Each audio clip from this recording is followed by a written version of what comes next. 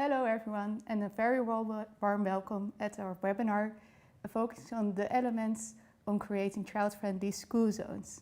My name is Shelley Bontje. I'm Sophie Simon. And we are both mobility advisors at Mobycon. Today we will share some of our expertise which we've gained throughout the years when working in the Netherlands and other European Union countries and North America, or not only European Union, but just Europe in general. We are happy to share this expertise, and we hope that you will enjoy this as much as possible. And we will mainly focus on the physical surroundings around schools, so that will be the topic of today. But we are not only interested in what we are doing, we are also definitely interested in what you are bringing us. You are bringing us to watch us. So let's start with the presentation. And then we can go to the next slide. Oh, sorry, yeah. As you might are aware now, if you have been watching other Mobycon webinars, but we will make use of Menti. So please go to menti.com and use the code. As I said, we are happy to present and share all our knowledge, but we are also very curious to know what kind of background you are having, and of course that also clarifies why you're probably watching this webinar. So it would be great if you can share that with us. So the question is, what profession do you identify with the most? And we will see the answers coming in.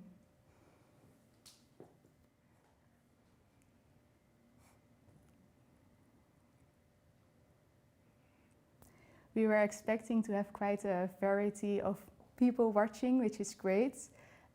School zones are often places where you can find loads of different interests. It's not about designing the streets, it's also about the people that use the area. So I'm very happy to see that we have a variety of people. I might think there are also some teachers probably also watching, but I'm not sure yet.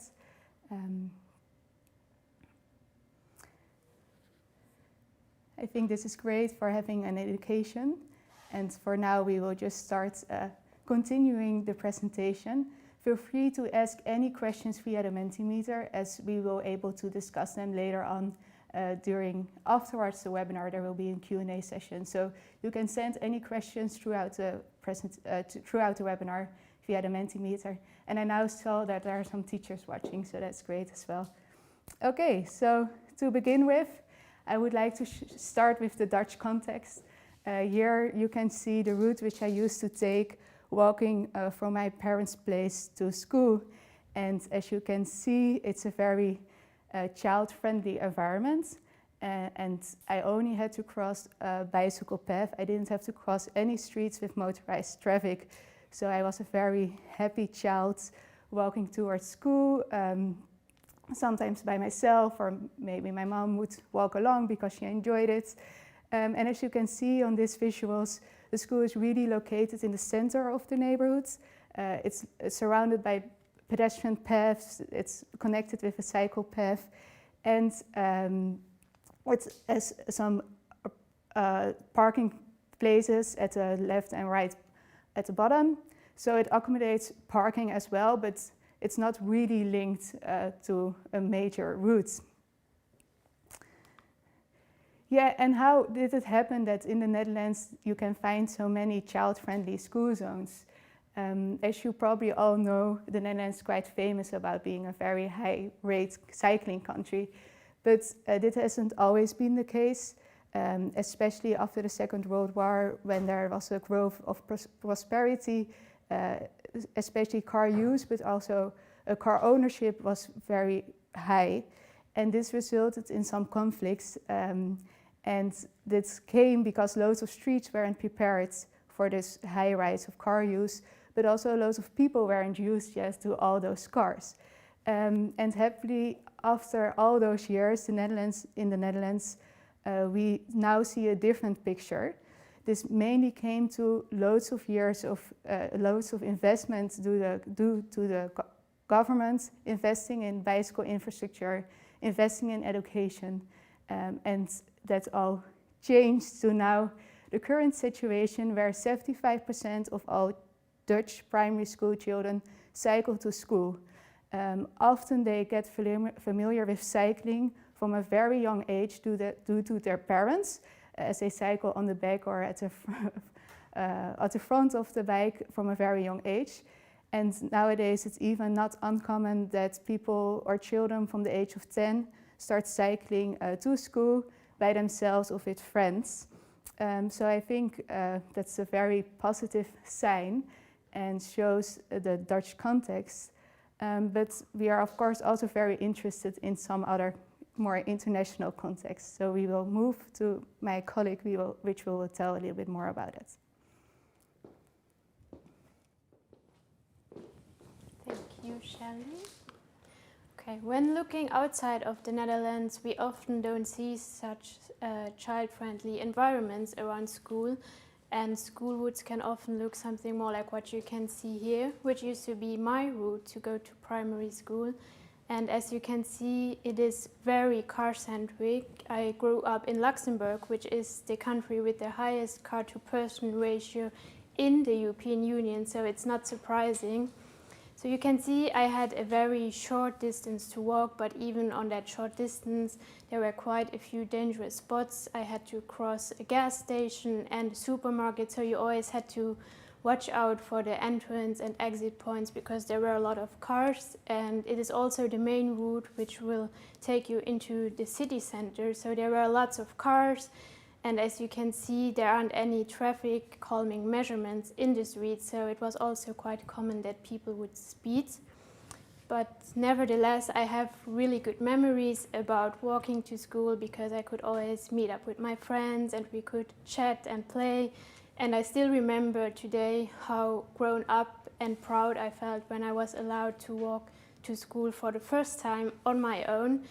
So I think, yeah, it's good to see that it's not only about the infrastructure and that walking to school is good for children's health, but it's also important to gain more confidence and to feel more independent.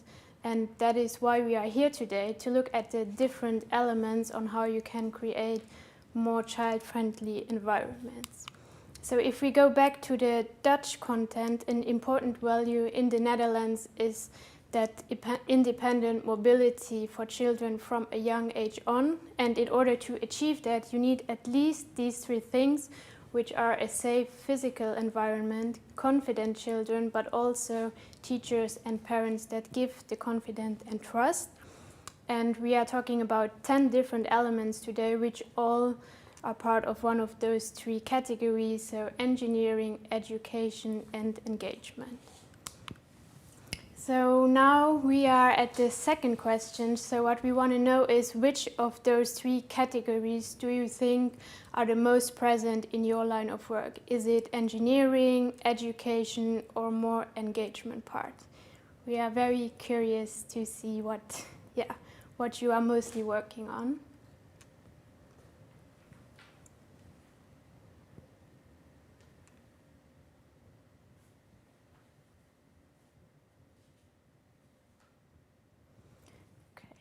The first answers are coming in. Okay, so it looks like engineering is the most in your line of work so far, which I think for us isn't surprising. That is what we mostly see also in all the projects that we are doing. So people often focus more on the physical environment. For education and engagement, it's almost the same. Okay, it's interesting to see, but I was quite sure that engineering would probably end up at the first place. Okay, now we will start to look at our different elements, and Shelley will tell you more about that.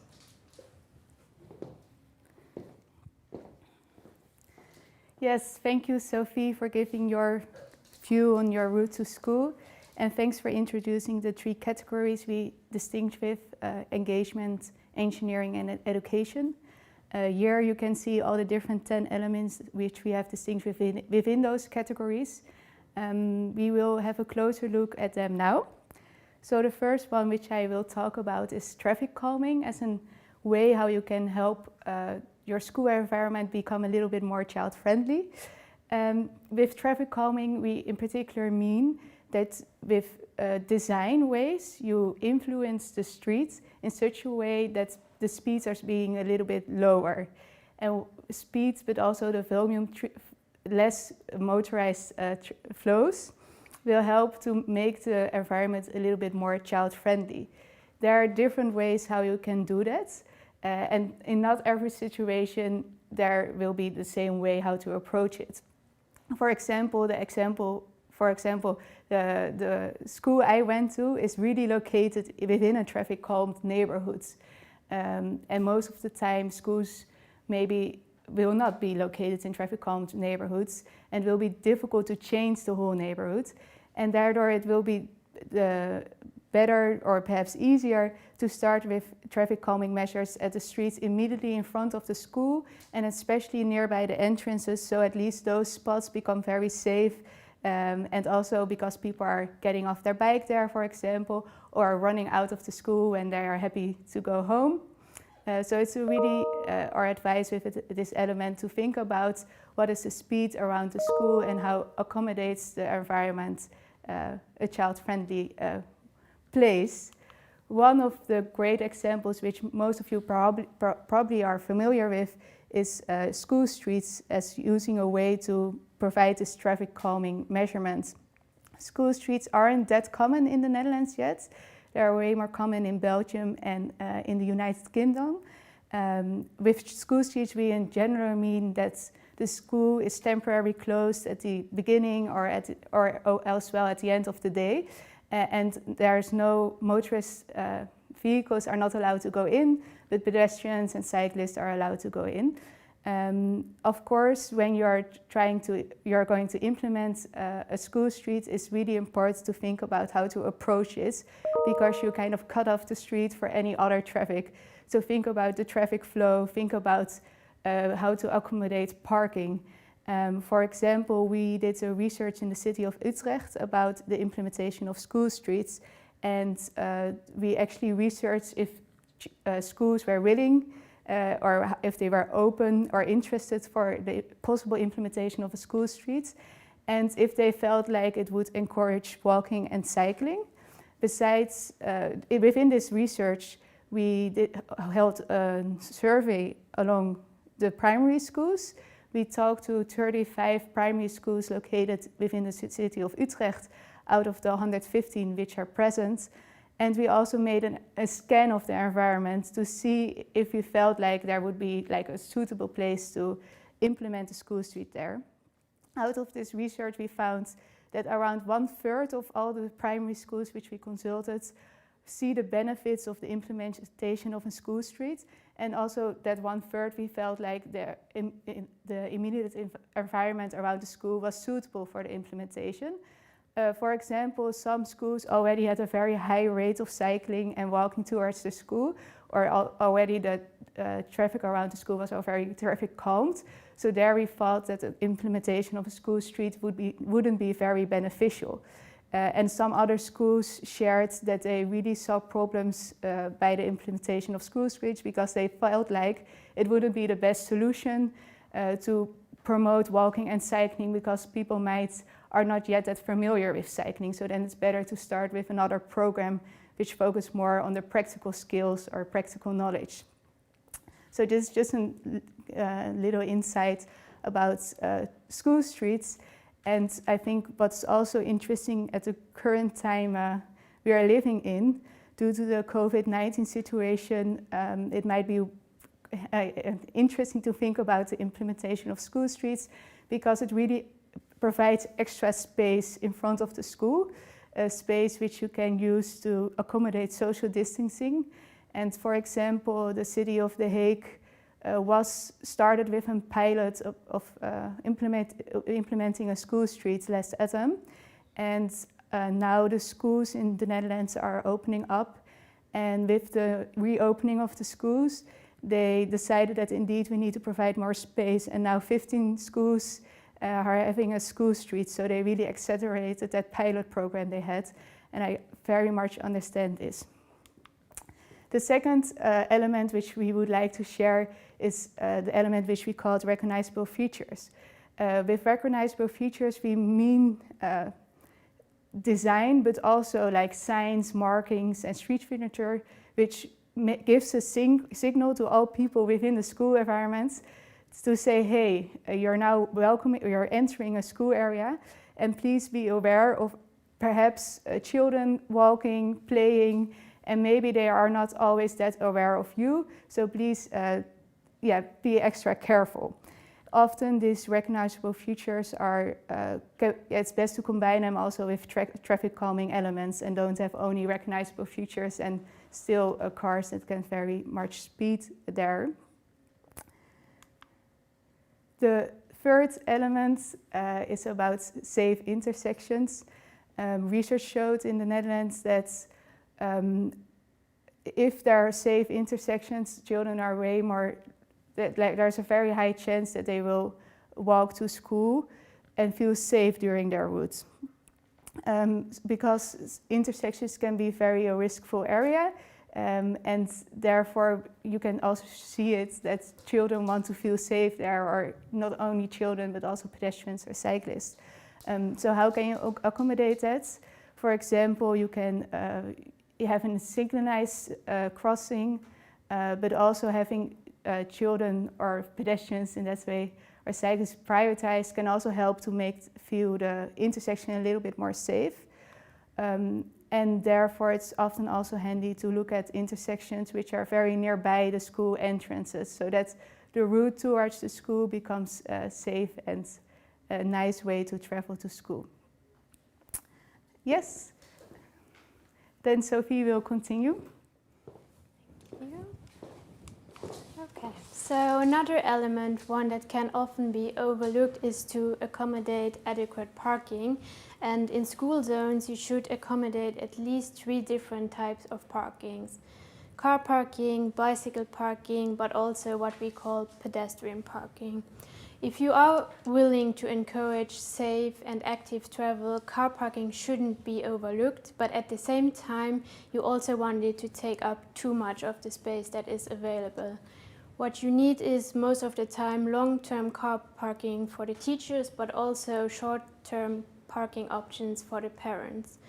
Ideally, both of those types are not directly in front of the school entrance, but a little bit further away, because it can be very dangerous if a lot of parents block the school entrance with their cars, because then you can't see the kids that are actually walking or cycling, and it kind of also entails this vicious circle that a lot of parents start bringing their kids to school because it becomes more dangerous to walk to school because all the other parents bring their kids by car. So that is always a big issue.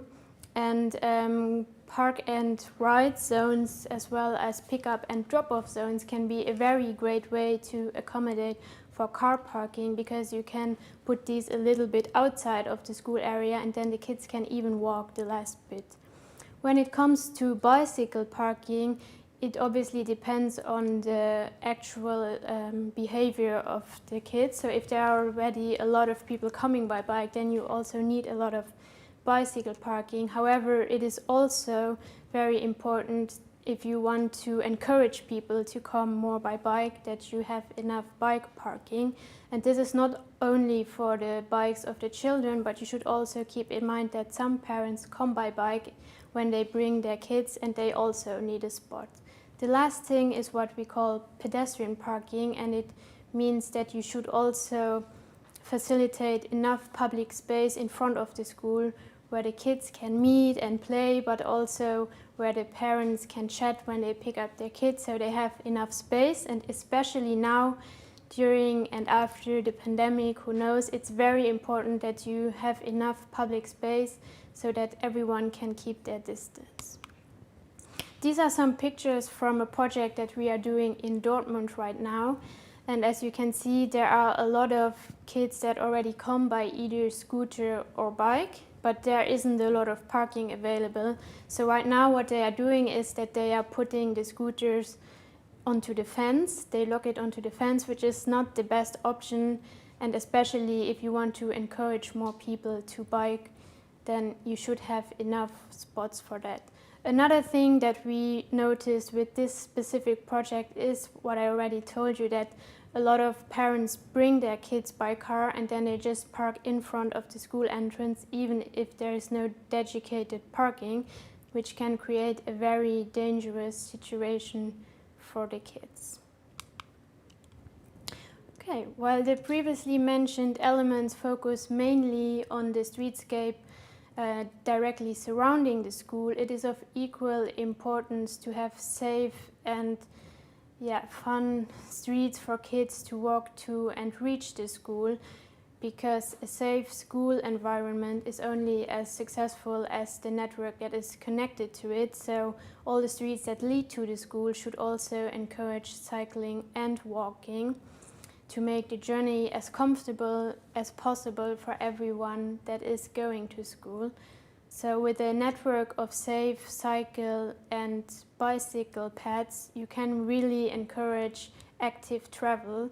So the routes preferably consist of very wide foot and cycle paths, safe intersections, but also you should look at giving priority over other road users and also having a clear sight so that the kids can be seen, but that they also see what is going on and that they can see cars approaching so that they know they have to pay attention.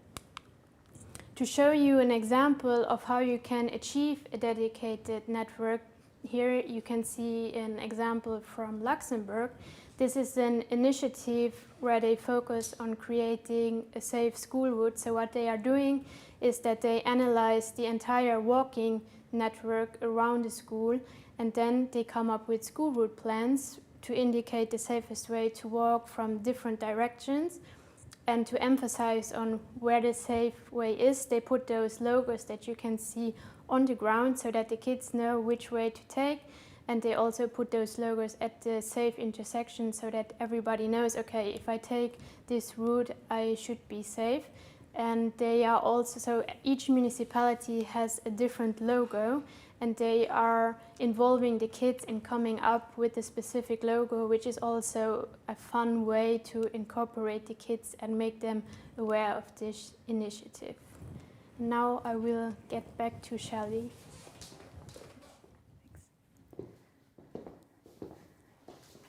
Yes, so we will move on to the next category, which we called education. And within this category, we defined only one element, and that is the one of permanent traffic education and the active involvement of parents. This is based on the notion of a long life learning, and that all the time, if you want to educate someone, and in this situation it's children, it's important to think about what age they are and what kind of content you are able to provide.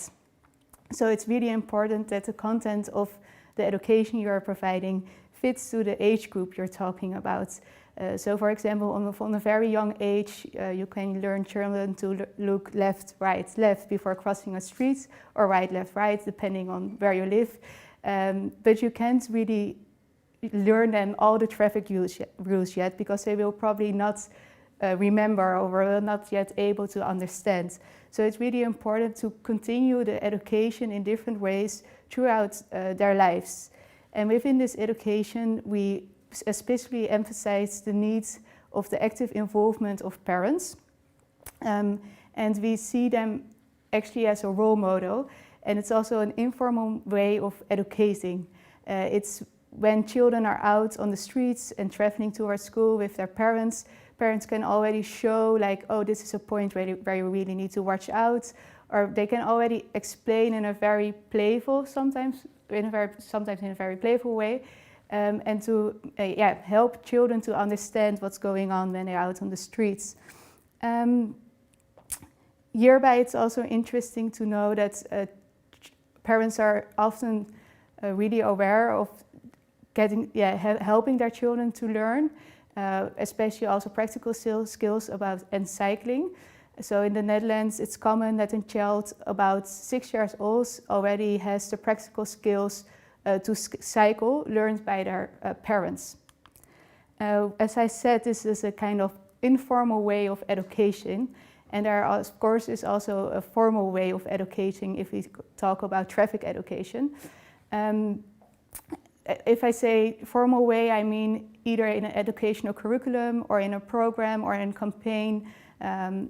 And one of those examples is the traffic safety exam, which I want to discuss later on. But what I also want to say that within the Netherlands, well, the national government is really accommodating the way that schools can offer the traffic education. They are not forcing schools to do it, so it's not they don't have to do it. They are not monitoring it as well, and teaching traffic safety isn't a compulsory part of primary teachers' education. So, well, you might think that in the Netherlands everything is like within the rules. That is actually not the case, and not saying that it's good or bad, but just that you know about that. As I said, the traffic safety exam is an example of formal education which is quite common in the Netherlands.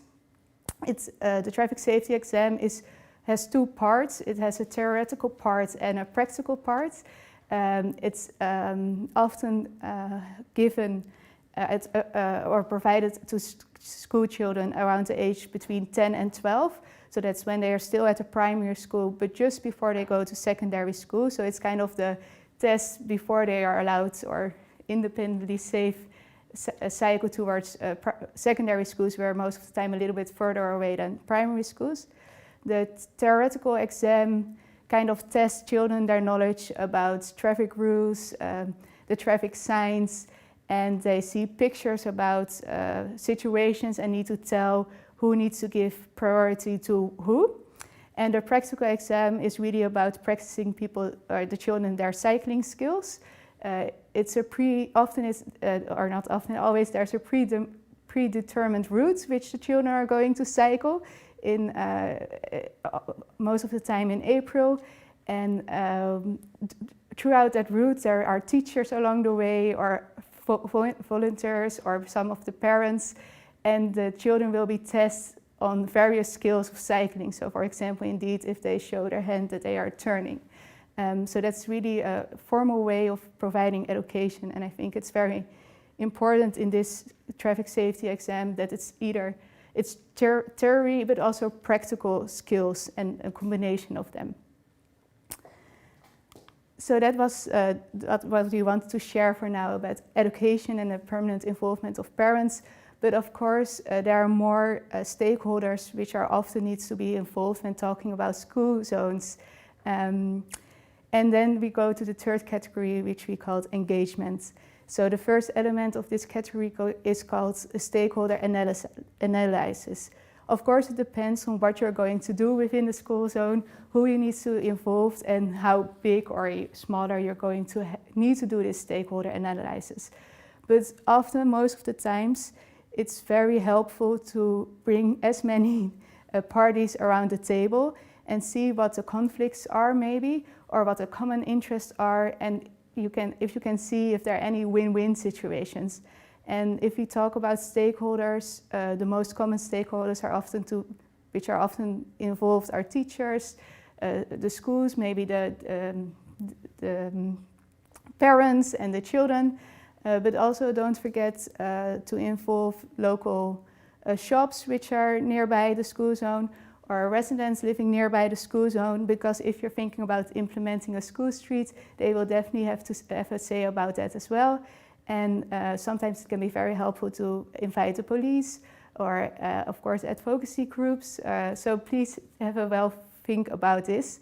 Within the Netherlands, we realize that most of the time different stakeholders speak with a different language. So, for example, engineers are sometimes a little bit more focused on traffic flow and the amount of car parking available, while teachers and parents and the children itself are far more, they know much more about what's going on in the area itself and what do children need to travel in a safe and active and independent way. Yeah, So then we will move over again to Sophie.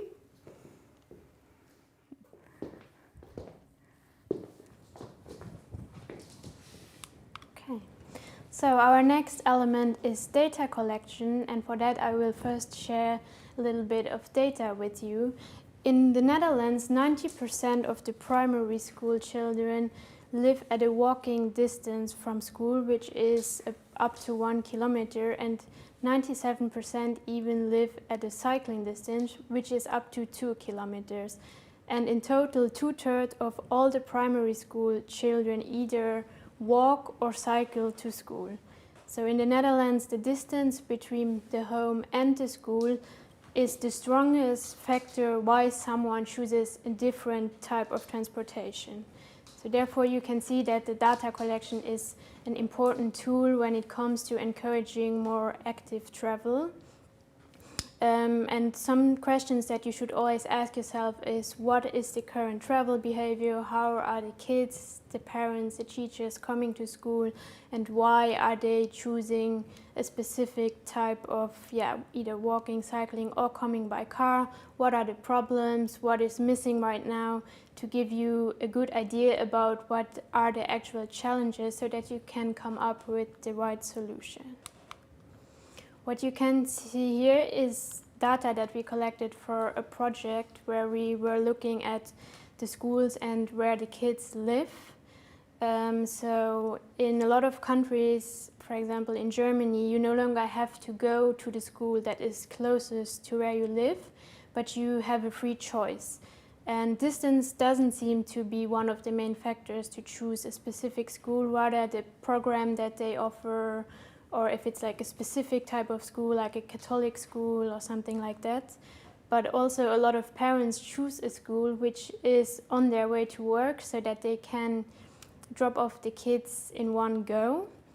And I think the result of that is that a lot of children live very far away from school, so it might not be possible for them to walk or cycle. And not everyone has access to a car or bike, so they also rely on public transportation. As you can see in those examples, it's in the same city. We have one school where 82% of all the kids live in the area of 1 kilometer around the school, so you know that they could potentially walk. But then in the other school, it's only 37% of the kids that live in the 1 kilometer radius around the school, which give you two completely different types of situation and problems, because it is not, you cannot tackle it the same way. So therefore it is always really important to first get a good idea about what the current situation is and what you need to do to tackle these challenges. This already brings me to our next element, which is to use the right tools. So obviously there are a lot of different tools at your disposal.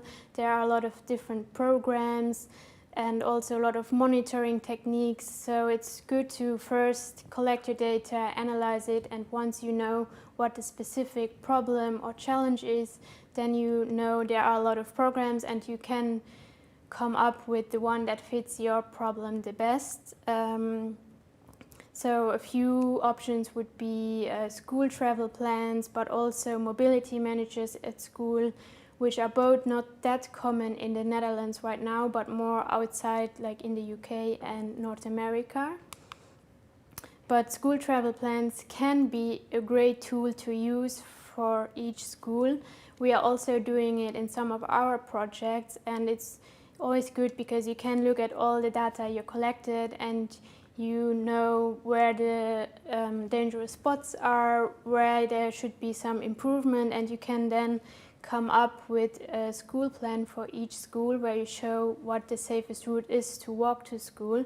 And the good thing about them is that you can also show some different kind of things. For example, you could show where there could be walking bus stops, where you can put drop-off and pick-up zones, so that you can really show a lot of different things with school travel plans. So they are really a great tool. Speaking of the walking bus, which is also a great tool to use because you can encourage more kids to walk to school because they can go together with their friends and classmates, and you can also give the parents a bit of peace of mind because they know that they will be safe and someone will be with them all the time, so they probably shouldn't run into a dangerous situation. And that already brings us to our last element of the day, which Shelley will present to you.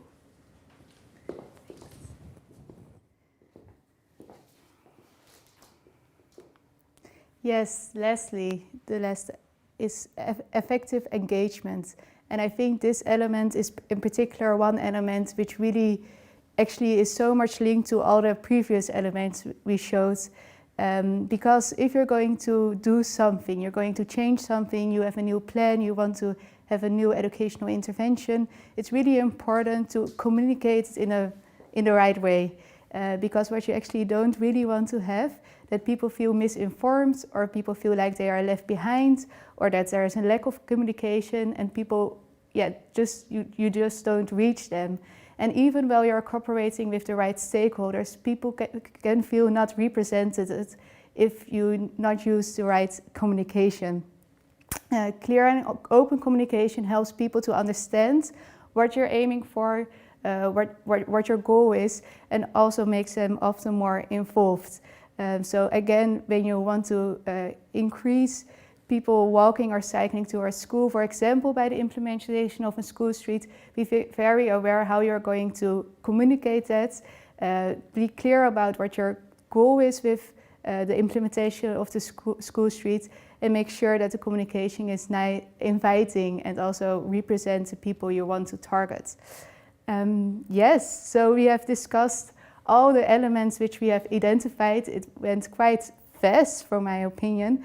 We would like to ask you the following question, because now you get some insights of us. I know it went very fast, but to what extent do you think it's possible during your daily work to combine all those different elements? Because we now have shown them one by one, but ideally you think about them all the time at the same time. And I'm not saying that we always, in the Netherlands, every project is perfect, but of course it is sometimes not that easy to maybe work in the whole network, or maybe sometimes you have some difficulties with involving the right stakeholders or having different opinions. I'm happy to see that we're getting the feedback of you that it's kind of in the middle. Of course, it would be the best if it's kind of easy. And actually, I see now that for most people, it's more a challenge to combine all those elements. We hope that giving you this insight step by step and showing, oh, sorry, I went one too fast, and showing this graph helps you to understand, okay, it's really important to think about the different elements, think about the different perspectives when working in such complex areas such as school zones, because loads of things happen and there are all kinds of different people traveling back and forth, especially during peak hours, and especially when you want to accommodate independent, safe and active travel. It's really important to be aware of your vulnerable road users, and that in this situation are your children. So we hope with this webinar we gave you some insights and some inspiration, but we also hope that it raised some questions, and we are really curious to see them, and we are happy to answer them as much as possible. So yes, please write us your answers. We will go to a little break now so we can make sure that we have all the questions received, and then we will continue the webinar with a Q&A. And once again, we are really happy to see what your questions are, or if there are any remarks, they are more than welcome as well. So we will see you in 5 minutes.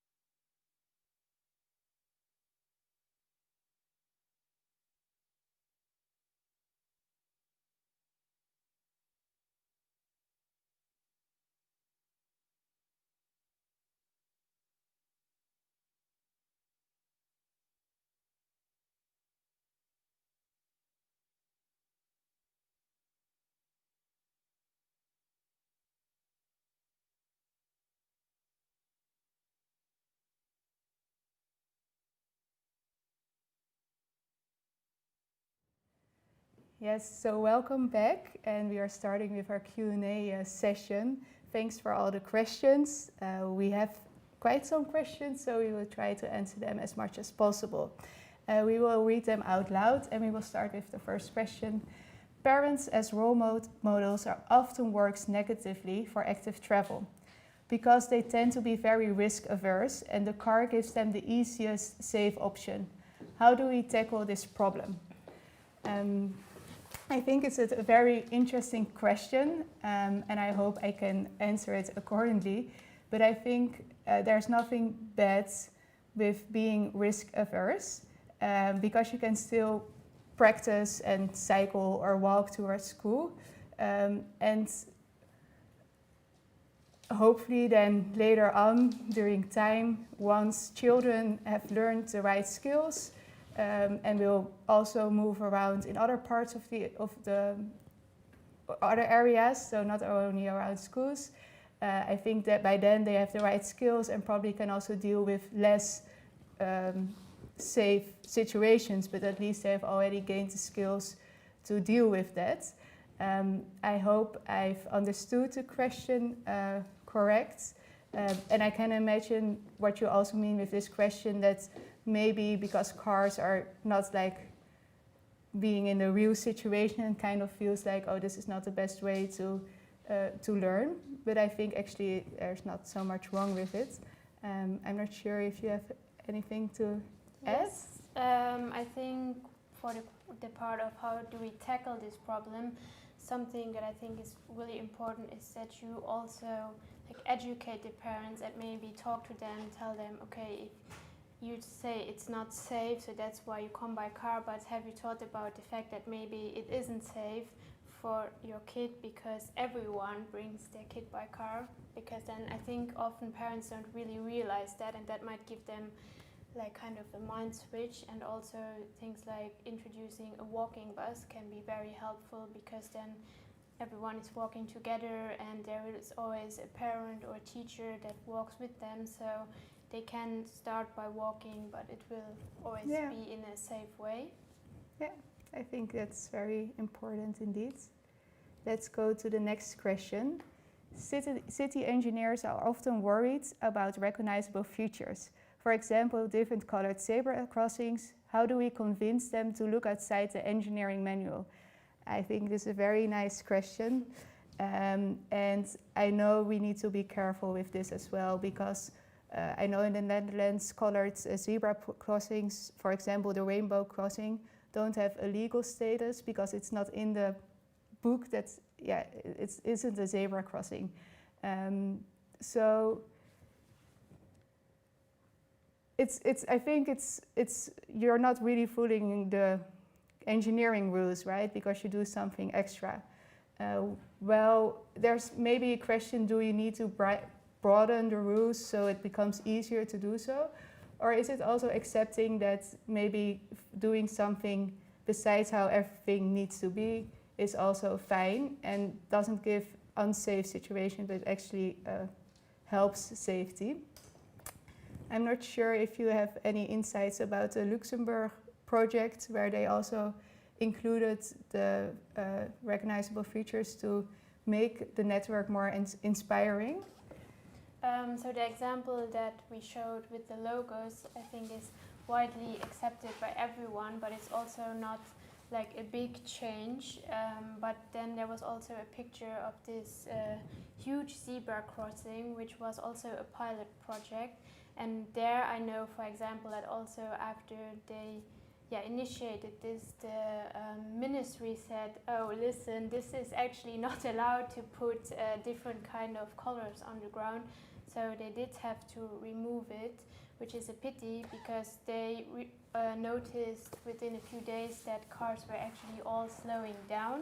So maybe one aspect that you could talk to engineers, I think they often like to have a bit more data, so you can show them some case studies where this worked really well, to tell them, listen, this is an easy way on how you could achieve something, so then maybe you can somehow convince them that this would be an easy way to change something.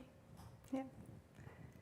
And now thinking as well that the zebra crossing is of course very like on the road, while the other signs which Sophie showed is within the pedestrian path or within the stone which is used. So I think maybe you can also think about recognizable features which still fit in engineering rules, right? Because I think having a nice decorated pedestrian path is not something I hope people can really be against. Let's go to the next question. Aside from education and road infrastructure, which behavior change tactics would you say make the most difference and why? So I think here, I think also using perhaps pilots to make it very easy for people to change. So education and road infrastructure are very long-term developments. They are very like, they need to have a lot of planning involved.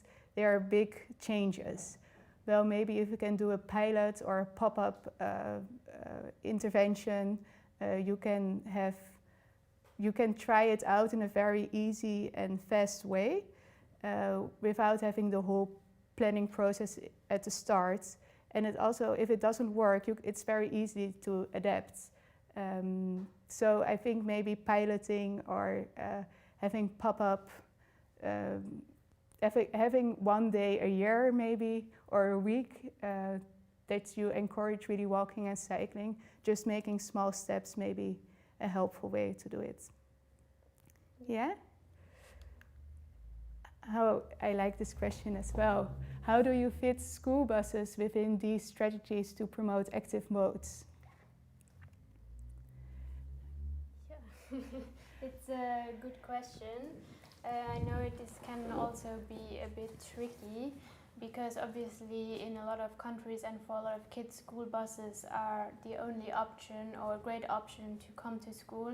So I think it's important that you have this option, but then the same as with cars, try to not have the bus stop immediately in front of the school entrance, but try to find a better suited spot. Could be a little bit further away or maybe at the back side of the school so that you don't block the entrance, because buses are quite big, and then again if a lot of kids cross the street you could maybe not see them and it can become a dangerous situation. So I think it's better to find a spot for the bus a little bit further away from the school, which also gives the kids again the option to maybe walk for the last 200 meters.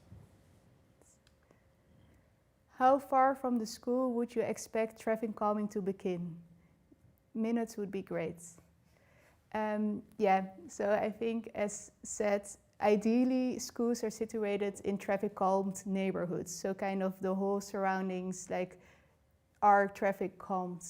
I think here is also a big difference between perhaps schools which are built in new developments. So if you're really at the start of developing a neighborhood, really at the urban planning process, you can really think about where to situate a school.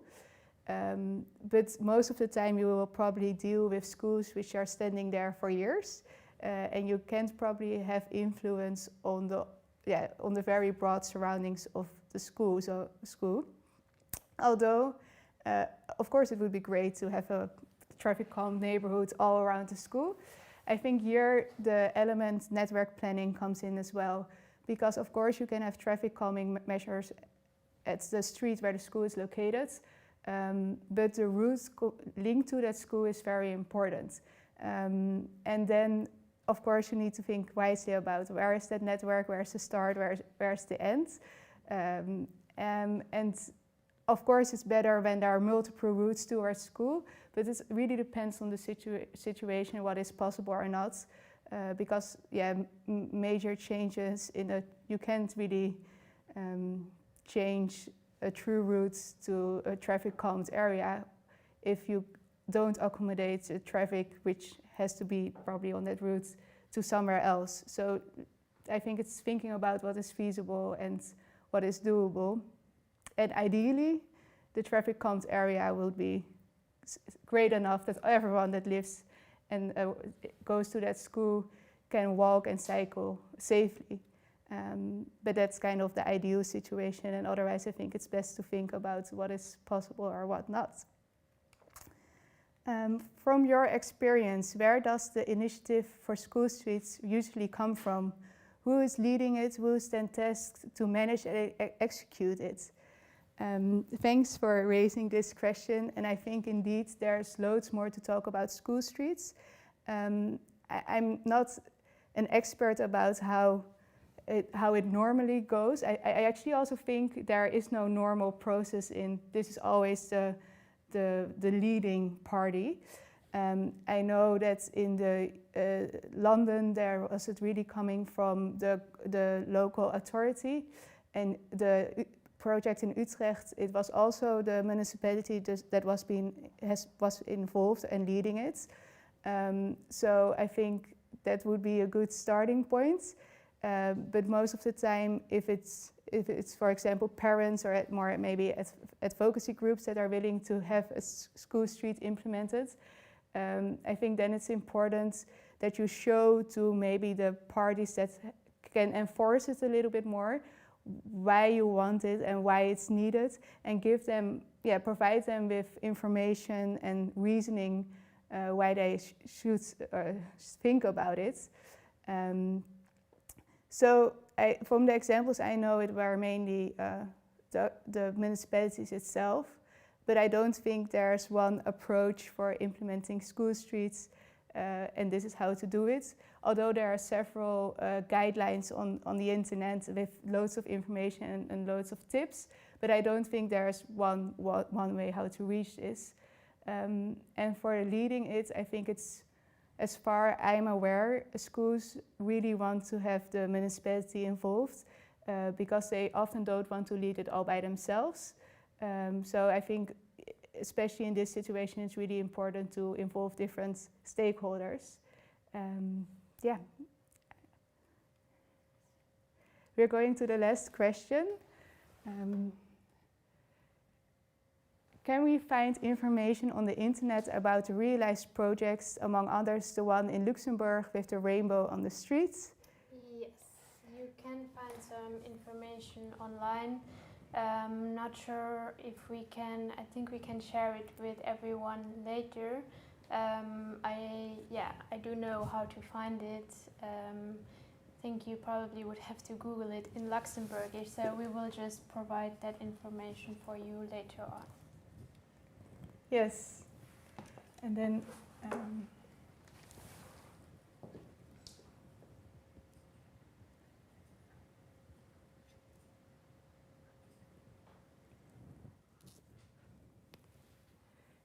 as we said, this was the last question which we were going to answer.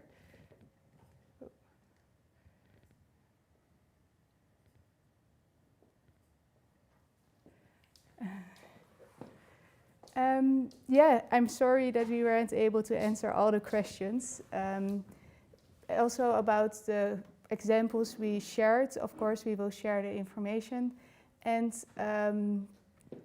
but I want to say something about it, but I just, of course, if there's one example which you can't find or you're really interested to know more about it, you can always send us a message, and we can also direct you to the right knowledge. To the right example. So then we are at the end of the webinar for now. What we also want to share before we really say goodbye is that this isn't the last webinar Mobycon is going to provide. There's actually one webinar coming up in the end of June, and it will be given by our colleague Leonard and our colleague which is located in the US. And they will talk about traffic calming. So if you're in particular interested in that element, there's much more to learn from them, and they will be hosting a webinar. So please check our channels and watch our YouTube channel and make sure you see that one. And in case if you want to know more or have any other questions related to the webinar I gave now, please feel free to reach out, and we are happy to answer your questions. Thanks a lot. I hope you all enjoyed watching this webinar, and yeah, it's a pity we couldn't answer all of your questions, because for us it's also very interesting to see what questions are there. But yeah, you can always reach out to us if you have more questions. We are always happy to help. And yeah, thank you for watching, and have a nice evening or start of the day wherever you are from. Yes, thanks.